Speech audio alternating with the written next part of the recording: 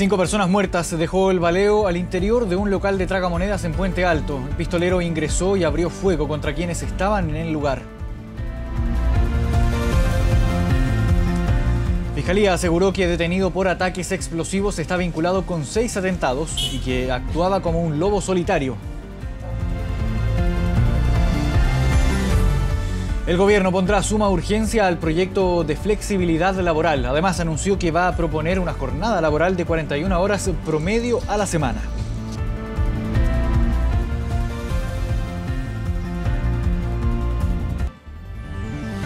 ¿Cómo están? Buenas noches. Bienvenidos a esta nueva edición de Medianoche. 5 fallecidos dejó un tiroteo en un local de máquinas tragamonedas en Puente Alto. Camilo Zavala se encuentra en el lugar y nos cuenta más detalles. Camilo, buenas noches. Marco, buenas noches. Consternación e impacto existe acá en la población de Carol Ursúa y, como no, si se vivió una balacera donde todo lo adelantaba, 5 personas terminaron fallecidas. Todo esto comienza a las 9:20 de esta noche y algunos vecinos nos contaban que escucharon aproximadamente 70 disparos. Salieron a ver qué era lo que ocurría y un sujeto había escapado precisamente de este lugar. Al interior habían personas lesionadas y 12 que habían muerto al interior de este almacén de tragamonedas, y resulta que llegaron algunos equipos de emergencia hasta este lugar para trasladar lo más rápido posible a otros 3 heridos. Los llevaron hasta el hospital Sotero del Río, pero lamentablemente murieron en el trayecto. 2 personas más murieron en este lugar. Estamos hablando de 5 personas fallecidas, una noticia que tiene consternados a todos los vecinos de este lugar. Nos decía un dato muy importante el fiscal que está a cargo de este procedimiento, porque este sujeto, aún desconocido, que llegó hasta este sector, venía con una pistola que tenía un cargador especial para efectuar todos estos disparos. Nosotros mismos pudimos apreciar ahí en un comienzo cuando carabineros y personal de la brigada de homicidios nos dejó estar un poco más cerca, pudimos ver aproximadamente unos 50 casquillos, pero con el paso del rato llegó el subprefecto de la brigada de homicidios, quien ahora está a cargo de este caso, y nos contaba que fueron un total de 70 disparos, tal como lo dijeron en su momento los vecinos. 5 personas fallecidas, 2 murieron adentro de este almacén que afuera tiene una parte donde hay unos tragamonedas, y otras 2 personas murieron cuando iban camino al hospital. Estamos hablando de 4 hombres y una mujer entre los fallecidos, todos adultos. Tenemos declaraciones porque 24 horas pudo conversar con una de las familiares en exclusiva, una de las familiares de la dueña de este almacén. Escuchemos sus palabras y otras más. De acuerdo a los primeros antecedentes que estamos reuniendo, una especie de altercado al exterior del local, y posteriormente personas, algunas de ellas al parecer huyen hacia el interior del local y se produce la balacera al interior de este local. Hemos dispuesto la concurrencia de la brigada de homicidio, que viene en este momento en camino a efecto de que pueda realizar las pericias y las diligencias, y junto con el equipo de carabineros que está trabajando en las primeras diligencias en este momento. Hasta el minuto no hay detenidos, se están realizando todas las pericias en el lugar, levantando principalmente evidencia biológica y evidencia balística, la fijación de los cuerpos también. Todo esto en conjunto con el Laboratorio de Criminalística Central. A este minuto estamos haciendo las fijaciones de la evidencia balística, principalmente vainilla. Se aprecia una gran cantidad, alrededor de 70 vainillas por lo menos, tanto en el interior del local, en las afueras de este y en las inmediaciones. Lo que vi en el video, estaban en el almacén, entran para adentro y le empiezan a disparar. Pero son chiquillos tranquilos, los que lo dispararon, eran súper tranquilos ellos. Ya estamos habituados a todas estas cosas nosotros. Hay que irse de esta población, que esto ya no da para más.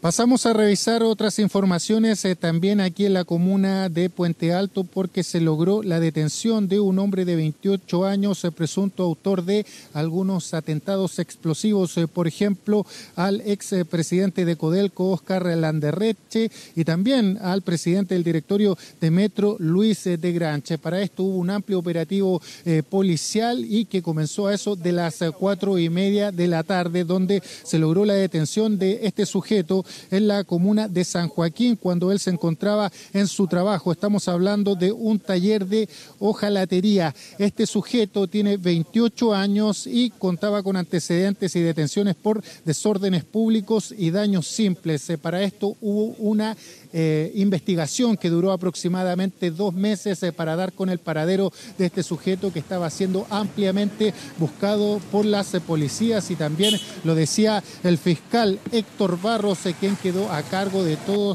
toda esta investigación, que este sujeto participó en al menos 6 atentados, 6 episodios de similares características. Los que más llamaron poderosamente la atención, por supuesto, fueron estos 2 ataques que sufrieron entonces el expresidente de Codelco y también el presidente del directorio de Metro. Eso sí, nos decía que él no corresponde a ningún tipo de agrupación, y él participaba de una manera particular, realizando, si lo podemos decir de alguna manera, él solo, realizando todos estos atentados, dejando estos elementos explosivos. También, aparte, se realizó un amplio operativo en su hogar en calles Sargento Menadier con Quitalmahue, justo en esa intersección donde también pudieron encontrar algunos elementos para la fabricación de bombas.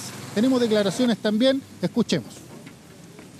Podemos confirmar la ejecución de una operación policial que se está desarrollando aún en estos momentos en este lugar y que ha culminado con la detención de un sujeto mayor de edad que ha sido detenido en horas de la tarde y en estos momentos se está registrando y allanando su domicilio en cumplimiento de un mandato judicial. Nosotros lo que hemos podido establecer es la participación de él, en este caso, en la colocación de artefactos y en el envío de artefactos explosivos, pero también en la confección.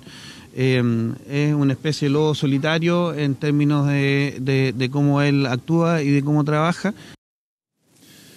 Bien, entonces este sujeto de 28 años va a ser formalizado ya durante la tarde en el Tribunal de Justicia. Nosotros vamos a seguir acá entonces en la población Carol Ursúa en esta noticia realmente impactante, donde 5 personas terminaron fallecidas luego de una balacera, un tiroteo. Hasta esta hora las policías siguen buscando intensamente a este sujeto, al hombre, al responsable que disparó en al menos 70 oportunidades al interior de este almacén, este negocio de tragamonedas.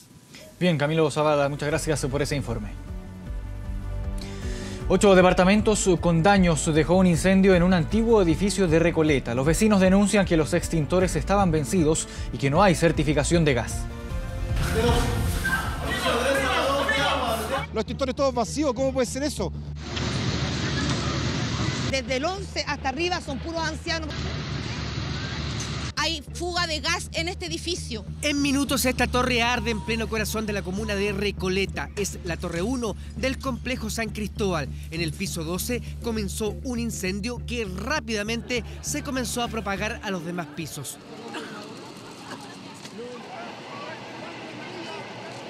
Los pisos superiores ocupados principalmente por adultos mayores. El humo complicó el rescate. Don César es sacado en camilla, quedó en el piso 17 y más tarde y más repuesto nos contó lo sucedido. A Dios gracias, hubo gente de acá que me avisaba de que bajara porque estaba produciéndose un incendio, que había humo. Los extintores no funcionó ninguno. Un edificio antiguo, los vecinos acusan a la administración de malas mantenciones, de un ascensor inutilizable y que no cuentan con la certificación de gas, el famoso sello verde. Un solo ascensor, más de 5 meses malo. Las cañerías, siempre vienen los bomberos porque hay fuga de gas en este edificio. Los extintores hace un año que no lo cargan, estábamos con sello rojo hace un año. ¿Y la administración qué hace? Y los extintores se cargan todos los años. No se enoje, le estoy preguntando. No, es que no haga preguntas que sean incoherentes, pues hombre. ¿Y cuál es la incoherencia? En decirme 2 años. Y esos extintores estaban cargados y tienen su etiqueta. ¿Puede pasar documentación de cuando los cargaba? ¿A usted por qué? Como don Juan asegura haber dejado la administración hace 2 años, fuimos con la nueva administradora. ¿Sabes que fue una falla eléctrica interna del departamento? ¿Y la mantención cada cuánto tiempo se realiza acá? ¿De qué? De todo tipo. La mantención es mensual. Pese a que la administradora afirma que fue una falla eléctrica, el dueño del departamento asegura que el calefón explotó mientras se duchaba. En el calefón. Sí, calefón. Abrí la puerta porque estaban con extintores. Los extintores no funcionaban nada. Abrí la puerta y me explotó. Y ahí con los vecinos tratamos de apagar el fuego, pero no se pudo. Vecinos, principalmente adultos mayores con lesiones leves, cerca de 8 departamentos afectados por las llamas y la sensación de que esto pudo ser una tragedia mucho mayor. Eso dejó este incendio en Recoleta, que afortunadamente no tuvo víctimas fatales. Tenía 21 años y un hijo de 3 meses. El guardia que fue asesinado por un adolescente de 15 en un supermercado no tenía puesto su chaleco anticortes. Con empujones, manotazos y patadas, la discusión subió rápidamente de tono, aún más cuando un adolescente acusado de mechero sacó un cuchillo y apuñaló a un guardia. Es quien viste de chaqueta amarilla, estaba con una segunda persona, discutía con otro trabajador, luego aparece quien sería atacado, observó a distancia. Intervino cuando ese diálogo se convirtió en una riña. Una mujer lo golpeó en la cabeza. Eran 3 mecheros contra 2 guardias. Uno perdería la vida en ese lugar.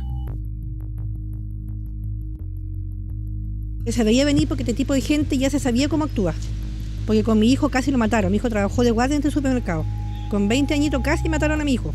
Fue lo que lamentablemente sí sucedió con Sergio Moisés Ruiz, de 21 años, padre de un bebé de 3 meses. Llevaba poco más de 30 días como guardia del supermercado. Tenía la certificación del OS10 para trabajar, pero en ese momento no portaba su chaleco anticorte. El supermercado no atendió tras el grave incidente. Los ojos estuvieron en el tribunal. Enfrentó a la justicia quien apuñaló al guardia, un adolescente de 15 años sin antecedentes. Le imputan el delito de homicidio. Trabajaba en el estacionamiento de la tienda, conocido por todos. Frente al juez, su padre y madre, detenidos por las agresiones. La detención se produce en flagrancia, había suficiente y bastante evidencia de la participación en este caso la autoría que le cabe al adolescente en la agresión que causó la muerte de la víctima. Padre y madre quedaron en libertad, pero con arraigo nacional y prohibición de acercarse a las víctimas del supermercado, se acreditó que su objetivo no era otro más que agredir. Mientras que la detención del adolescente fue ampliada hasta este viernes, a la espera de la autopsia del Servicio Médico Legal. Una embarcación peruana fue capturada por la Armada con al menos 10 toneladas de tiburón azul. Las lanchas Maribella y Maciel 1 se encontraban navegando en aguas nacionales a 114 millas al oeste de Pisagua, en la región de Tarapacá, sin documentación y con 5 toneladas de tiburón azul cada una, cuya procedencia no pudieron acreditar. Las tripulaciones no contaban con sus documentos de identificación y solo el patrón pesquero contaba con uno que le permitía navegar como máximo 15 millas del borde costero del Perú. Ambos barcos están siendo escoltados por la lancha de servicios generales Arica y la lancha de patrullaje costero Salinas, las que llegarán al puerto de Arica para poner a disposición de la justicia a ambas tripulaciones. Normalmente lo que está pasando es que muchas de las embarcaciones que están ingresando a la zona económica exclusiva ni siquiera tienen permiso de zarpe de su propia autoridad marítima, en este caso de Perú. Los patrones andan sin papeles, los tripulantes andan sin identificación y por tanto andan trabajando en condiciones bastante subestándar. Los invitamos a revisar un resumen de noticias en medianoche. 2 fallecidos dejó el choque de un camión contra un tren en Coronel. El convoy, que venía desde Concepción con más de 25 pasajeros, impactó a un camión que no respetó las barreras de señalización y quedó atravesado literalmente en la vía. El accidente provocó la muerte del chofer del camión y su acompañante. Además, 8 pasajeros del transporte público quedaron heridos y recibieron atención en el hospital de Coronel.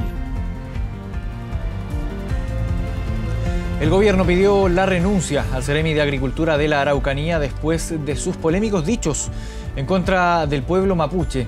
Gente limitada intelectualmente, ese fue el comentario que le costó el cargo al Seremi Ricardo Meje. Eso ocurrió en la mesa indígena del programa Compromiso País y llevó al Ministerio de Agricultura a solicitar de forma inmediata su renuncia, quien negó haber, por su parte, tratado de manera discriminatoria al pueblo mapuche y se mostró dispuesto a pedir disculpas.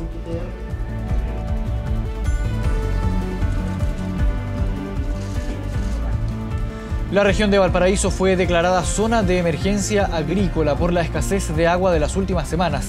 El ministro de Agricultura comprometió recursos para superar esta crisis que ya provocó la muerte de miles de cabezas de ganado en la región. Explicó que el déficit de precipitaciones llega al 75% y este 2019 es uno de los años más secos de los últimos 60 años. Hay 50.000 animales afectados y 100.000 hectáreas con problemas de riego. 100 liceos bicentenario más es la meta del gobierno, que durante la jornada de este jueves anunció el proceso de postulación. Paralelamente, en el Congreso se reactivó la idea de acusar constitucionalmente a la ministra Marcela Cubillos. Que los alumnos de estos establecimientos destacan en la prueba CIMSE, que sobresalen además en la prueba de selección universitaria sin importar su condición socioeconómica. Algunos de los argumentos que llevaron al Ejecutivo a aumentar el número de los llamados Liceo Bicentenario de Excelencia desde este jueves y hasta el próximo 1 de octubre. Los colegios pueden postular para transformarse en uno de los 100 nuevos establecimientos de este tipo. Esta idea de que hay que matar el mérito para hacer sobrevivir la igualdad es un error. Cuando uno mata el mérito, lo que está comprando es la mediocridad.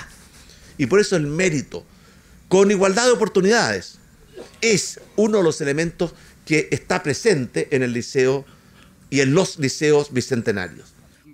Así el gobierno busca pasar de los 100 liceos actuales a 300 recintos cuando termine el segundo mandato de Sebastián Piñera. Nuevos establecimientos en donde el mérito, según el Ejecutivo, es protagonista. Un modelo que también tiene detractores. Tiene un riesgo muy grande de dos cosas, de ser más discriminación y de ser más competencia.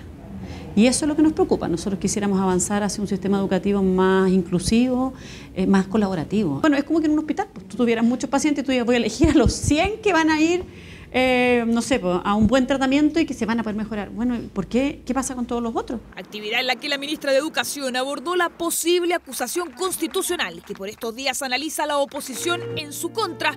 Los motivos: infracción a la ley y vulneración al principio de probidad. Cuando se ha dejado de lado también la implementación, por ejemplo, de la nueva educación pública y particularmente de los servicios locales de educación, no transfiriéndole durante muchos meses los recursos que son necesarios para su implementación. Los diputados tienen atribuciones de fiscalización muy claras, establecidas en la Constitución y la ley, y por supuesto nosotros, las autoridades y los ministros, también la responsabilidad de cumplir con las normas de la Constitución y la ley. Desde ahora, para convertirse en Liceo Bicentenario, podrán postular todas las modalidades: humanístico-científica, técnica profesional y artística. El número de alumnos: 150.000 estudiantes cuando termine este gobierno. Y en otras informaciones, el gobierno anunció suma urgencia al proyecto de flexibilidad laboral y propuso una nueva jornada de trabajo de 41 horas semanales.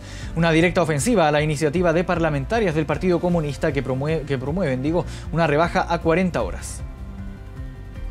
Batalla comunicacional desatada entre el gobierno y la oposición por la idea de modificar la jornada laboral. Dos posturas: el Partido Comunista, que propone la rebaja de 45 a 40 horas de trabajo semanal. El gobierno apostando por el llamado proyecto de flexibilidad laboral, texto que ahora sumó una indicación: trabajar en promedio 41 horas a la semana distribuidas en común acuerdo entre trabajador y empleador. La propuesta que presentó parlamentarios del Partido Comunista mantienen todas las rigideces actuales. Lo que nosotros planteamos es reducir la jornada de trabajo y permitir, a través de la flexibilidad, que esta jornada pueda adaptarse a la realidad de cada trabajador. Así, el gobierno planea trabajar 180 horas al mes, 41 horas semanales. Una implementación que, según la autoridad, se hará en forma gradual y responsable. El titular de Trabajo señaló que podría ser en un plazo de 5 años debido al complejo momento que vive la economía. Propuesta con la que el Ejecutivo busca dejar atrás el proyecto opositor. Yo no voy a poner a disposición un proyecto tan transversal como este para que introduzcan mecanismos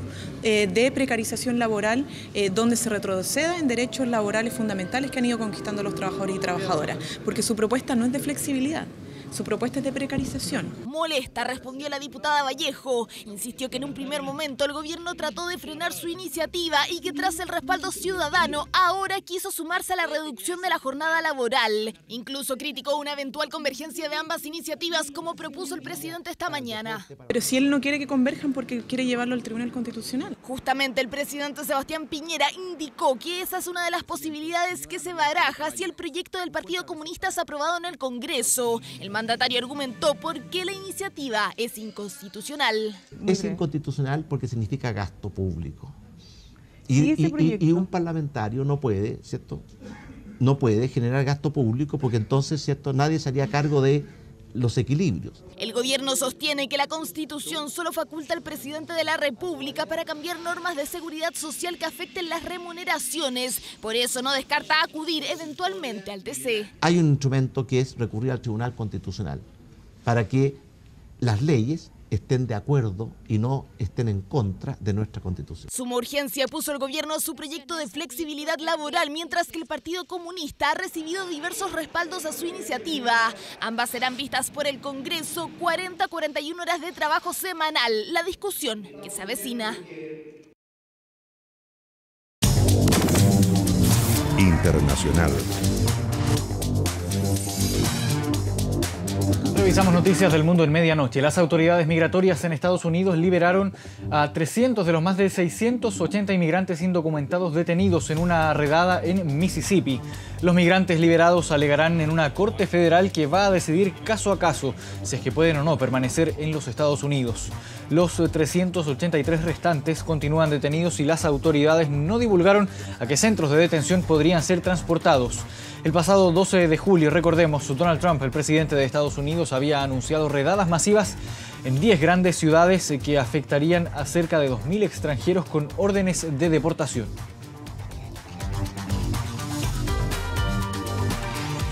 En Argentina, el presidente Mauricio Macri exhortó a los ciudadanos a acudir a las urnas para expresar su voluntad de no volver al pasado. Esto al cerrar su campaña a las primarias del día domingo, camino a las presidenciales de octubre. El mandatario apeló a sus simpatizantes y les dijo que es muy importante que se vaya a votar porque cada voto cuenta para no volver al pasado. Esto desde un acto en la localidad de Vicente López, gobernada precisamente por su primo Jorge Macri. Las elecciones primarias en Argentina se van a realizar este domingo, son abiertas para votar y obligatorias para los candidatos.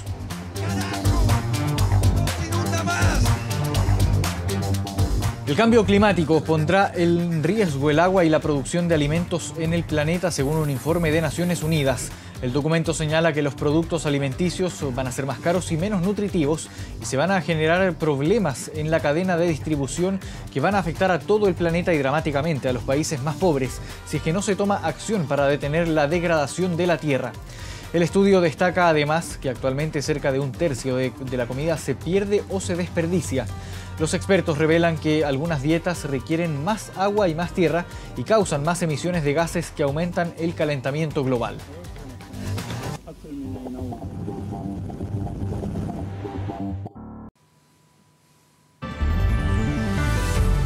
1 de la mañana con 51 minutos, hace bastante frío. A esta hora tenemos una temperatura de 1.2 grados. Hoy viernes Santiago va a estar despejado con una máxima de 15 grados.